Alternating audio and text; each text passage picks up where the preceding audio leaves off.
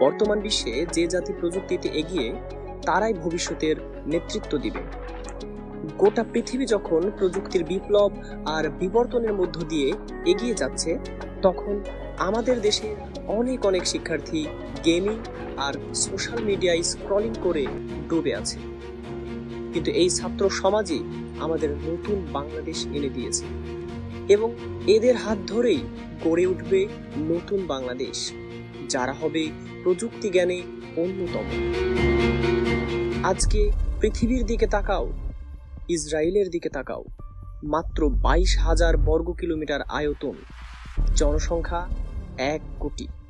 কিন্তু আজকে তারা এই অল্প জনসংখ্যা, এই অল্প আয়তন নিয়েও পৃথিবীর সবচেয়ে ক্ষমতাধর দেশগুলোর তালিকায় জায়গা করে নিয়েছে।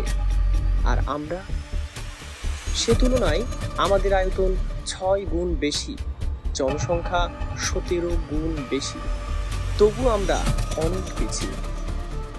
আমাদের পার্শ্ববর্তী দেশ ভারত শরীরী গঠন, সংস্কৃতি, ভাষা, চিন্তাধারায় আমাদের অনেক কাছাকাছি।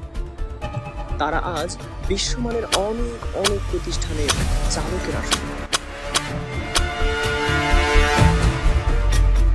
আমি এক ক্ষুদ্র স্কুলের একজন শিক্ষক, কিন্তু একজন শিক্ষক হিসেবে সবচেয়ে কষ্ট হয় যখন দেখি আমাদের শিক্ষার্থীরা বিজ্ঞান বা আইসিটির ব্যবহারিক ক্লাসে কেবল বড় ভাইদের পুরনো খাতা আর কয়েকটা ছবি এঁকেই সম্পূর্ণ 25 নম্বর পেয়ে যায়।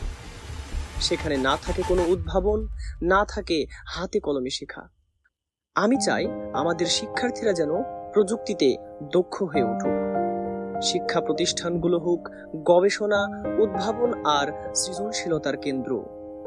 এই উদ্দেশ্যেই আমরা শুরু করেছি হাতে কলমে শেখার কিছু ক্লাস, যাতে তোমরা আগ্রহী হও, কৌতূহলী হও। এই কৌতূহলী একদিন তোমাদের পৌঁছে দেবে বড় কোনো প্রতিষ্ঠানে, আর তখন তোমাদের মেধা ও জ্ঞানে আলোকিত হবে বাংলাদেশ।